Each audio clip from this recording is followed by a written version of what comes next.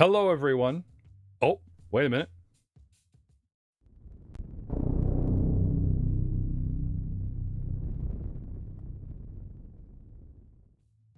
Hello again. Sorry, just had to run the logo. Fun fact. Actually, my son made that for me. The hand presenting a dice in an orb with the flame on it, all done in like a black and white.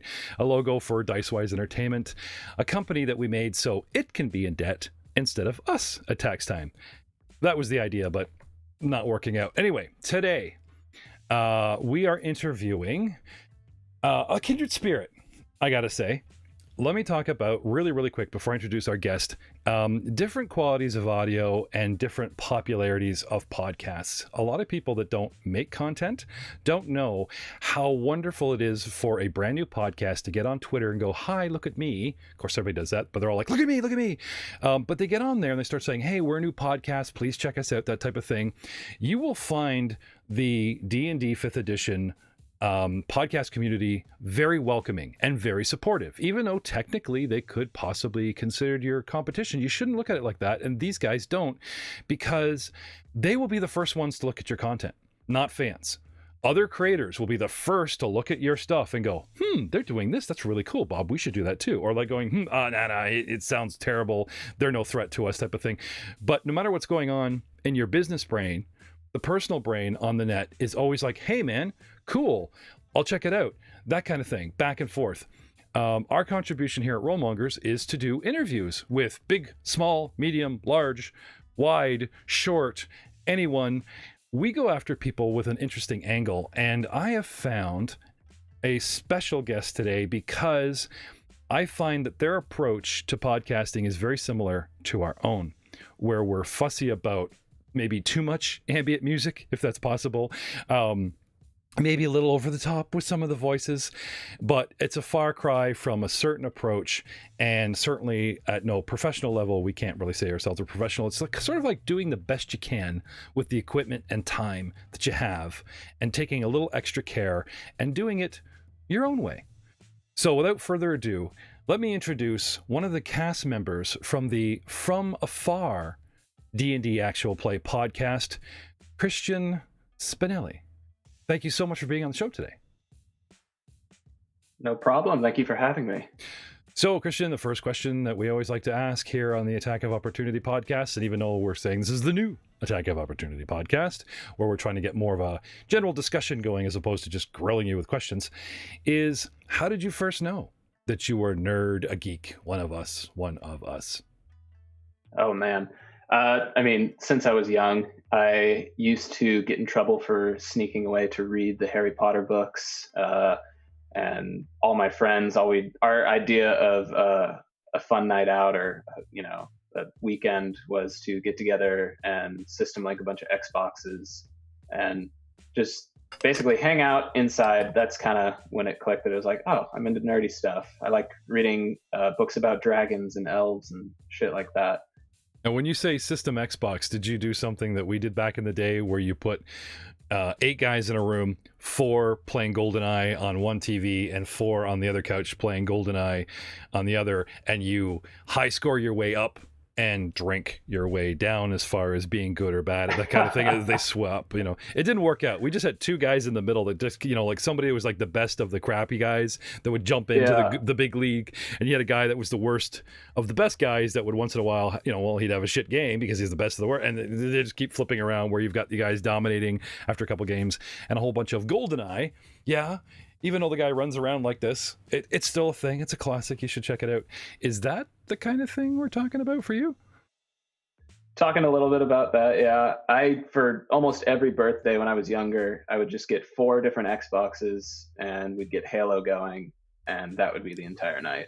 Yes. We got 16 people, different rooms, separate TVs, one group wins like this giant capture the flag match, and then they'd all come parading into the other room, just like flipping everyone off, just having a good time. Like that's such a fun time. That's awesome. That's like the reverse walk of shame. That's like the stride of victory, right? Yeah, everyone in the other room is all like head down, like, oh no, run it back again. Yeah, let's go.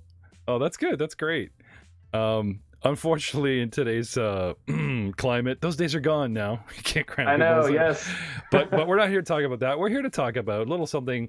Now, you shouldn't ignore what's going on, but we're hoping to help you forget about it for just a minute while we're talking about other things. So, was there was it the video game? Was it like was there a gateway drug? Video game, the books, Harry Mm, Potter fantasy. Obviously, Halo sci-fi, Harry Potter's fantasy. Would you say that's kind of like the gateway drug that got you in to doing this? yeah, I feel like there's a lot of gateways that led to there have to be a lot of gateways to eventually cause you to make a D&D podcast. I feel like uh, it could have been a close family friend introducing me to the Dragonlance Chronicle books, giving me Dragon's Bottom Twilight when I was younger. Oh yes, Yeah, yes, yes, yes, yes, yes. I'm sorry, that got me going. yeah, That's part of my some of my backstory. favorites. But Those books just blew my mind when I was younger, and I was like, oh my god, like I can read about magic and like different worlds and stuff like that. And then playing Fire Emblem, Path of Radiance, and Radiant Dawn. That was like another big gateway where I was like, oh shoot, this is what video games can be like. Like really good story, interesting characters. And then doing improv was another big gateway into getting into D&D. All the guys that I do the podcast with, Andy Tilstra, David Tilstra, their brothers, and then Goodval Maxon, all of us went to high school together. And over the course of our friendship, which has been like, over a decade now, we've known each other for a long time. We've been on multiple improv troupes together, performing in front of audiences on a stage. We also were part of another group and helped form a group that was street performers. So we would just go to a populated place in the downtown area where we lived, and we would draw a crowd. So that type of stuff, because for me, D&D is just this perfect storm of all these different creative mediums. David and me were both filmmakers, so we have another creative side where we do like a lot of photography, videography, things like that. So writing and all that, it just all kind of mashes together with D&D in such a beautiful way where it's like, hey, I can role play, I can write out a beautiful world and create this scene that I remember reading about in books, or I can develop the characters that I used to be so enamored with from like video games and things like that growing up. And not only that, I can improvise and act and do all these other fun things. right on. So how long have you been playing RPGs, tabletop? Tabletop, that started in high school, probably about like sophomore year. Me and Goovy, which is Goodval's nickname, Goovy, me and him were getting curious about D&D. We were kind of like, we're already nerds, we're into anime, video games, anything, you name it. The only thing that we haven't dived into yet is D&D, which is kind of like that holy grail. You think when you haven't played D&D, you think that that's like the final check mark. And then, once you start playing D&D, you're like, oh shoot, there's Warhammer mini painting and stuff like that. There's so many other thresholds to pass, which at this point I have. But yeah, around like sophomore year of high school, we started out just kind of curiously. We got, I think, just the player's handbook, and then he got the Dungeon Master's Guide 5e. And because we were both so excited about it, but couldn't find anyone else to like immediately play with, and we also just didn't know what we were doing, we did a one-on-one DM and player quick little one-shot thing with almost no planning, just that sort of like raw, like, all right, let's see what happens. And yeah, that was one of my favorite memories of starting out. I named my character Butt Nipples the Stellar. So it gives you a little taste of kind of how we do things over from afar. I was going to say, something that some of my casts are telling me, like, record everything, even if you guys show up in the lobby, you record it, and then you stop the recording and start fresh for your actual interview or your actual game, because you never know what like little clips you can pull out of there, golden nuggets, but I was going to give you that advice until I heard the name of your character, so never mind, moving on. Yeah, absolutely. We always begin each recording session, we're like, all right, we're going to start at this time, and then we actually start playing easily an hour afterwards, I think, every time. But the first 30 minutes is us just sitting around making jokes and making each other laugh, and then being like, "Oh shit! Like we should record. Yeah. We should start recording and get some of this on tape." And then we start recording, do another 30 minutes of just joking around and making each other laugh, and then one of us is finally like, "Okay, maybe we should start playing." Well, I mean, you can't schedule a weekly show around this, but what gave us the idea was once in a while somebody's got a story to tell. You know, whether it's a Skyrim story or whatever. So we actually have a podcast up called the After Party Podcast. There's only like 5 or 6 episodes, and they're, you know, spaced months and months apart. But like I said, that's because we've been recording stuff, and once in a while, you know, someone gives us something really good. We're like, okay, we're going to keep this and, you know, put it over here and this type of thing, you know, give people behind the scenes look. So I highly recommend doing that if you guys can pull it off, like in any fashion. Anyway, so let me get my list of questions going here. Do you have a favorite class, race, alignment, a personality type? You know, something like that has always been your go-to since you started playing? Yeah, absolutely. I've found that I'm drawn towards a lot of the shorter races. So halflings, goblins, things like that, gnomes, just because I just find the dichotomy of it so interesting and kind of funny. Just thinking about this tiny little guy, the more, I don't want to say pathetic, but the more of that contrast that I can create with the character of like, I'm going on this epic quest, but I'm also 2 feet tall. I just find that deeply amusing. So the character I play currently in our campaign, Kip a Willowwind, is this short 2 foot something halfling who is just all sorts of attitude and charisma and stuff like that. He's a glamour bard. So yeah, hey, they entrusted Frodo with a ring. Why not? Exactly, yeah. Why not a glamour bard with the fate of the world? I see no problem with this, none at all. Exactly, yeah. So it's that dichotomy. And then in terms of like a favorite class, I'm really enjoying glamour bard. Only because it just, I don't know, like it kind of doesn't make a lot of sense. It's like, who came up with this class? It's just all about, like, all of my spells are about convincing people to do things. Like, so when we get in a combat situation, it's like, shoot, I can try to charm them. I can try to, you know, do all these different like hypnotic wave, hypnotic pattern, things like that. So it just causes you to play differently. It's not just, I'm a wizard, I'm going to fireball everything. It's more geared towards role play, which is definitely what I prefer anyways. Getting into, you know, some of those situations where you can use mechanics of the class or the character and the race to further like a role play scene and stuff like that. No, that's great. So what made you guys decide to start making content?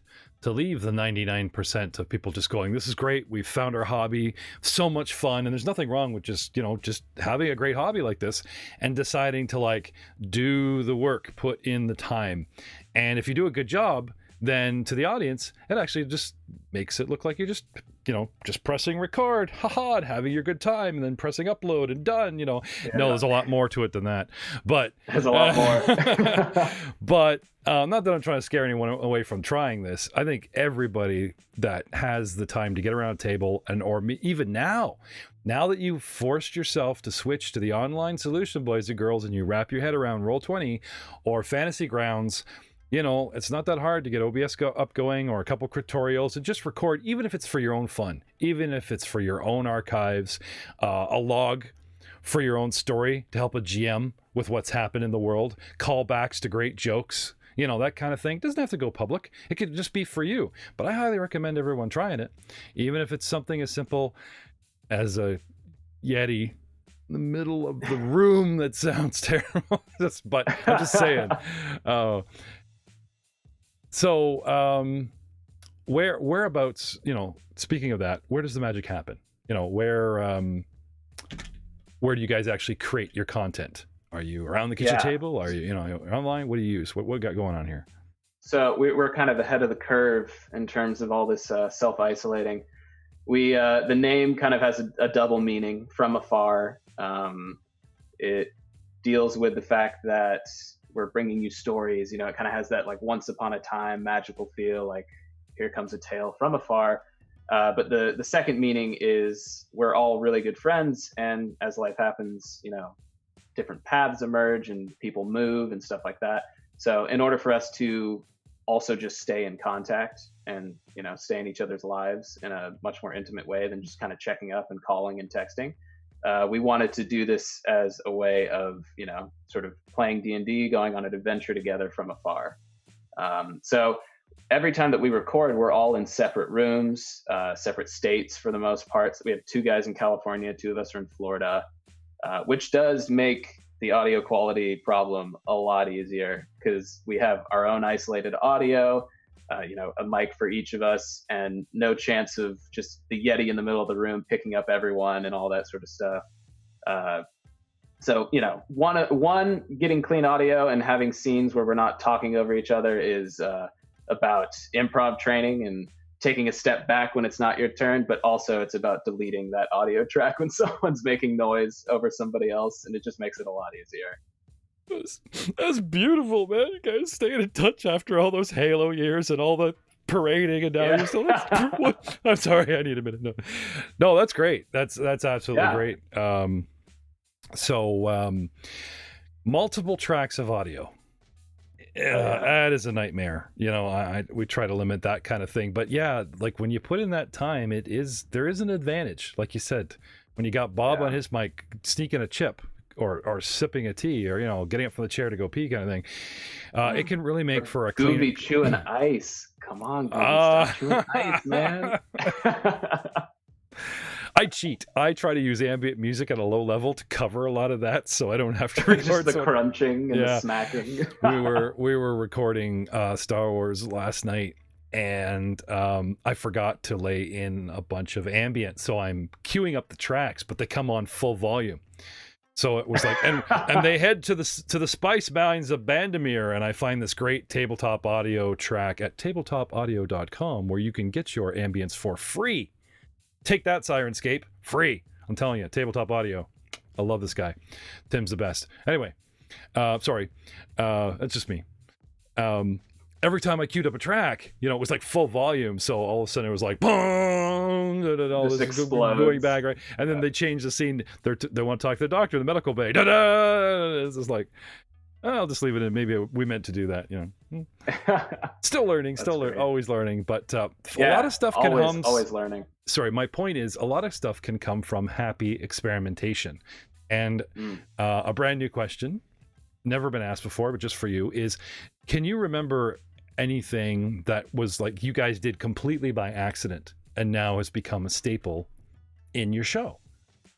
Oh man! Anything from an intro to a total mess up. You're talking to the professionals here of just rolling with it. A lot of our favorite things in the show, if we're just talking like story wise, we'll do bits, make jokes, and just in that improv yes and spirit, we immediately just roll with it and it becomes canon. Some of our listeners' favorite characters have been created from a typo in David's notes. He was trying to type parrot and then just started laughing because he was like, oh guys, like I tried to type parrot but I wrote carrot. And then 5 minutes of riffing later and we have this like creepy orange goblin man who lives in the crow's nest whose name is Patrick, and he's become a fan favorite NPC. Or there was a scene in the first couple episodes where I just as a bit and a little joke, we like really whiffed a stealth roll while we were like sneaking around the city. And I just said I'd picked up some plates earlier from a storage cabinet and dropped them all over the place. And without missing a beat, the guys just accepted that, rolled with it. And we're like, oh shit, there's all these plates around. And then by the time we got into combat, I was using the shards of those plates as weapons and like improvised shanks and stuff like that. Hey, and it's just kind of... Yeah, no, improvised weapons are a thing. No one uses their environment. There's so many blunt and sharp object skills. Like, oh, disarm. Oh, DM, you're a dick. You disarm my character. He's the swordsman. I got nothing. It's like, you kidding me? There's a whole world. Throw the halfling glamour guy at whatever. Just say there's so literally much you could do. Come on. Sorry. Yeah. No, yeah. It's we definitely just with our training and improv and stuff like that, our familiarity with each other, which is an important part, I think, of any sort of podcasting or storytelling dynamic. We're all super comfortable with each other. We have been joking together for years, riffing together for years, acting for years. So that sort of comfort level definitely helps in moving forward with things like that. Someone throws a curveball, most of the time, all of us will just roll with it immediately, and then it becomes canon. Awesome. Well, that's pretty much any podcaster's dream, is to have those fun moments that are original, to make your pod stand out. But you guys sound like you have a certain advantage and edge. And like when I listened to a little bit of your episodes, I noticed the chemistry. How can I put this? Was built in. You know what I mean? It was more than just natural chemistry. To give you an idea, a lot of podcasts that come out, okay, are friends. So like, we've been friends, we've been playing. So they've got friendly chemistry, right? There's a couple of few, their chemistry is on the next level, and they're like family, like Critical Role, or one of my favorites, the Fateful Fumble Cast out of Norway. And, they're just like this big family, and it just takes the chemistry to a whole other level. For you, there's been a couple I've encountered, and like yourself, there's like a professional chemistry. Like you guys have worked out kinks because of your improv days, you know what I mean? And you can hear it, you can sense it with the back and forth. Like you said, especially that stepping back and shutting up, which personally I have a big problem with. That's bad when you're GM.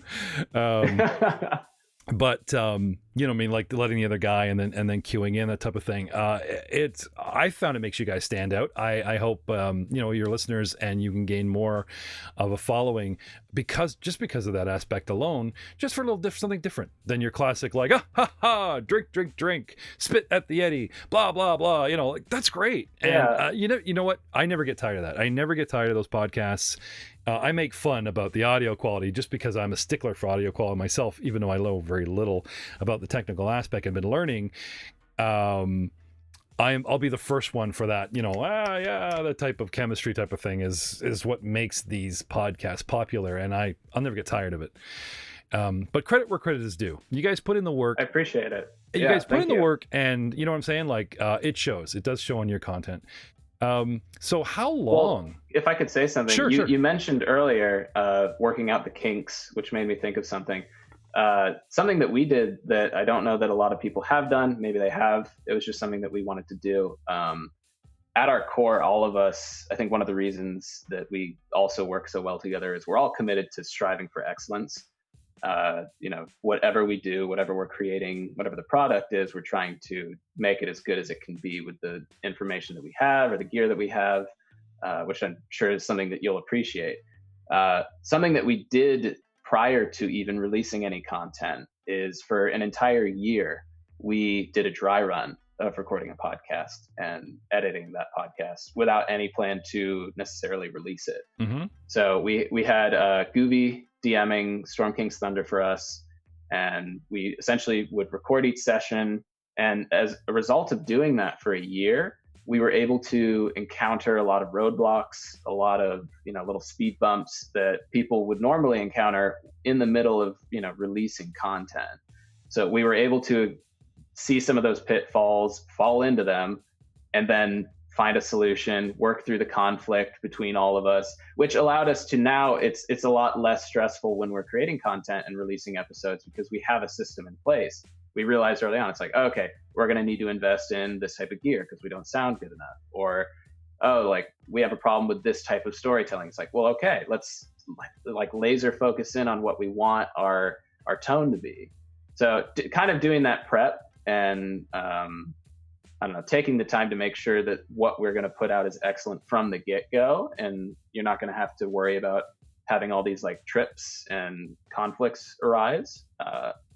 Probably one of the biggest thing that's helped us. Cool.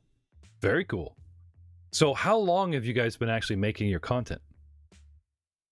If you're counting that sort of prep year, it'd be 2 years now, basically. Mm-hmm. But for this current the podcast and the campaign that we're doing now, I believe we recorded for the first time February of 2019. So we're over a year now. No, working out chemistry is good. I mean, even people as big as the Glass Cannon podcast, no secret, one of my personal favorites that are out there. I remember Joe O'Brien talking about advice for other people to start, and he said, take that year, get your technical ironed out, build the chemistry. So, because you only can launch the first one once. I hate to say it, people might find a random episode 26. Okay, I'll just listen, see if they're any good. And you're a little bit more polished. But everybody goes back to the first episode, and you could just be so much more. Like I said, if you put in that 3 months or, a year to everyone's like, oh, the time is now. I'm already behind. Podcasts have been huge 10 years ago. They're dynamite 5 years ago. They're exploding this year. If I can't put it off a year. No, people will always gravitate to quality over quantity. Yeah. Absolutely. Because there's so much out there.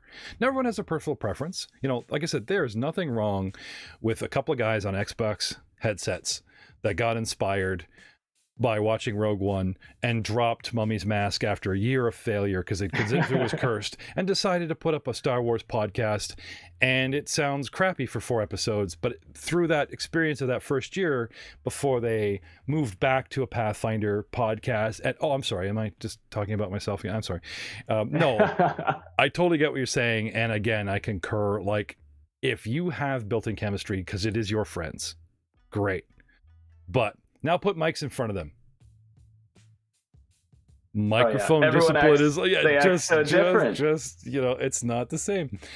One thing we found that helped, we have a guy on the road, not anymore because everyone's self-isolating, but he was construction, and he would show up for a game in a hotel room. Like, he's in a motel sitting on the floor with whatever internet they can give at his laptop, and he had the gear we sent him, right? So we bought him this broadcasting head, like, the ones the sports broadcaster uses with the big cone, like this giant freaking cone that is the windscreen, right? It's not a high quality mic, but it is much better quality dynamic microphone that you would get on any headset, and he sounds really good on it. And after a little bit of mixing through a little Pad 5 mixer, he sounds really good. You wouldn't know, but it makes him portable, right?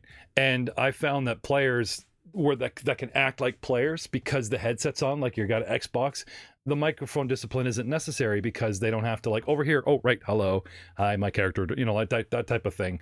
They're $320 Canadian, which is like $5 American. No, about $250 American for this thing. It's not cheap, and you need to run it through your $100 mixer. But if you don't want to mess around with $20 to $100 armatures like this, the lovely Rhodes I got going on here, and the guys have the cheapy versions. If you don't want to buy a $200 Canadian microphone, the Audio Technica 2035, if you don't want to buy, like, just saying, like, you could just, it works out to be about the same price in the end. Grab this headset. You'll also find guys, people that are doing the big studio shot, and they're all around a table and they're standing. Use those. All these, there's about 5 or 6 of them. And I'm just saying that is a quick solution if your players, before you buy anything, that really don't think they can handle this giant phallic shaped thing in their face, because they're all weird about it, constantly. Just saying. Anyway, how many different shows have you guys got?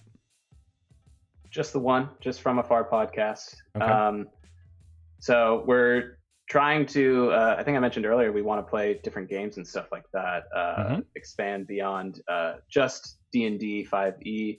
So our goal with From Afar was not to sort of, work ourselves into a corner where we have to just stick with D&D. We wanted to keep it open. So eventually our hope is that this show of From Afar can, morph and change into many different things. Maybe we get a Call of Cthulhu game going, or like a one-shot that's DM'd by Gooby, or, I have Polaris, which I've been wanting to try out. So we can kind of like jump around and not keep ourselves pinned down, so that at the end of the day, it's more about it being a storytelling and, goofs podcast. Now, I kind of put you on the spot. This interview was thrown together quickly because we talked a little while ago, and I kind of caught you just like in a random room with the mic dragged in type of thing. Like, their audio quality, I really don't want this interview with my crap audio quality and the echo that I've set you, unfortunately, in a bad room. I got to say, like, you guys actually have noticeably a cut above audio quality right out of the gate. But I'd like to talk about the social media aspect. Where can we find you online? Are you on Twitter? Are you on Facebook? Whereabouts are you posting? Yeah, we're all over. We're on Instagram We're on Twitter, which Andy does a fantastic job running. Twitter is, as anyone in the podcasting world knows, that's sort of like the social media that you want to be on. And we got Andy running that. David has kind of created his own personality for himself on Twitter, which has been great. And that's where you'll meet a lot of the other podcasting community. And that's where you get a lot of that, openness and acceptingness that we were talking about. It's a cool community. We're also on Discord. We launched about a month or so ago. I want to say maybe a month and a half. We launched a Discord server, which has been very, very, very nice to see all the people that are interested jumping in, who have listened to the show, who maybe are new to the show. We even have a couple people jumping in there now who are just wanting people to talk to and having some kind of community now that everyone's self-isolating, things like that. We also have our website, but yeah, so where you can find us is at From Afar Podcast. That's same for Twitter, same for Instagram, and then FromAfarPodcast.com for the website. And then I think on our Twitter, we have a link tree to all those different things. You can join the Discord, stuff like that. Cool. Very cool. Well, here's a brand new question. I don't think I've ever asked anyone. You mentioned that Andy has a persona online. So I want to talk to you about what really makes a podcast stand out, where people gravitate. They feel like they are the quiet player in the room that most podcasts try and do. Like, you're with us. It's almost like you're right there playing with us. That kind of, that genuine walls down, just being yourself and being how you are with your friends without filters. That type of genuine, really makes a podcast stand out and helps it do well, versus having an alternate persona. When we were off the mic, you were asking about Twitter handles, and we have, at Mongers, or we have www.rollmongers.com where we put our content. But to help support this show, because it's technically a talk show and not actual play, I've kind of gone off on my own, and I have, as you can see in the corner here, at GM_Jeff_ball. And I put GM in caps, and without thinking, I'd hit the cap lock. So I was just typing really quick, and I was like, GM_Jeff_ball_, and it's all in caps. I'm like, well, that's neat. It'll make me stand out. And so I posted it, and then people are like, why are you yelling at us? Oops. Well, actually, funny enough, like the GM Jeff Ball, even though it is me, it is a ramped up persona. Like, I change when I'm in front of the microphone. You put me in front of a camera and a microphone, and I become this like game show version GM of myself, and I'm way more over the top. Don't ask the guys. They're like, oh no, you're like that all the time. It's like, no, come on, I'm just me on steroids. I'm so excited to do this. It's so cool. Every little aspect of this, I really love this. This has really become a passion. And I've been told that's what draw people to listen to our shows is my passion. And I'm like, really? I'm not DMing? They're like, no, man, you're kind of like a 2-star out of 5-star DM. You're not bad. You're really good, but you're not, you give it up. Don't give up your J job, man. You're no Mercer. Oh, okay. Well, why do you listen? They're like, oh, you're so passionate about this. It just can't, you draw us in. It's like, okay, I'll take that. So listen to not just my podcast, but anyone you feel takes it seriously and is passionate about their craft, like Christian. So, absolutely. Is there anyone besides Andy that's gone off with this alternate persona to kind of like, I guess, brand themselves, I guess you could say? Well, so I will say that we don't necessarily change too much, and that's something that it makes it easier for us to, record and stuff like that. We're all entertainers. It's just a constant competition to see who can make the other person laugh more, So when we talk about like personas online, like Andy runs the From Afar Twitter for the most part. Sometimes the other guys will jump on there to do this or that. But for the most part, it's him. And Twitter's a hard place. Like, it's hard to keep up with everything that's happening. It's hard to constantly be replying to everything and just generally keeping that upbeat vibe. So him and his brother David, I definitely have to give it up to them, because as anyone who is in the Twitter scene and is on there a lot, they know it's exhausting. and it is its own art form, and it is its own sort of like thing that you get good at. And essentially, what Andy's been able to do is create this environment, even just through a Twitter handle, of like being accepting, being someone who's going to cheerlead for you.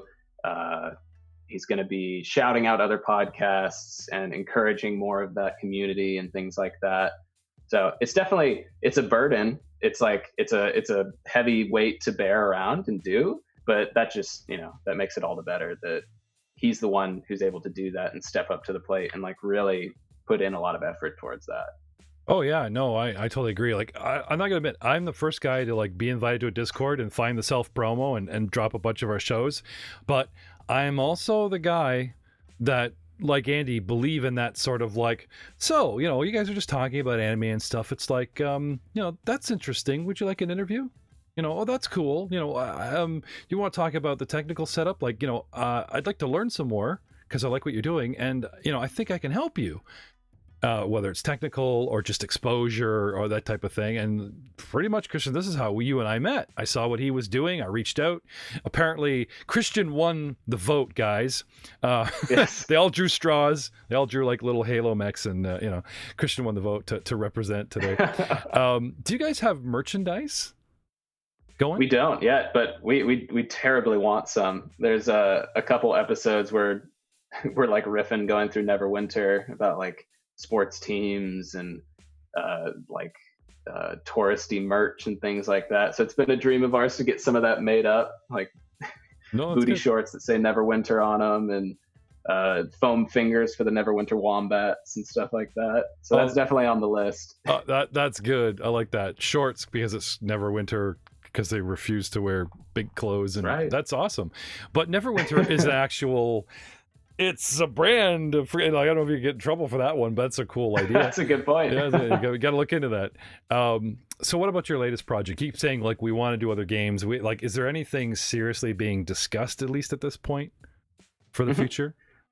Yeah, we actually just the other day, we're trying to take this time of the world just getting affected by the pandemic, and turn it into something as positive as we can. So we're trying to create more content, trying to busy ourselves in a way that's like, maybe we can provide people who need some levity, some laughter, maybe more of an opportunity to distract themselves and just have a good time. So the other day we ran through a special sort of one shot that Gooby wrote himself, and we're planning to like do a couple of those, maybe different games, definitely different DMs, just to sort of switch up the flavor, because a DM is the one who decides and sort of like permeates the tone and the feel for a game. So switching it up and sort of like round robining, switching who's doing what, is kind of a fun experiment to just see like, how does this change it?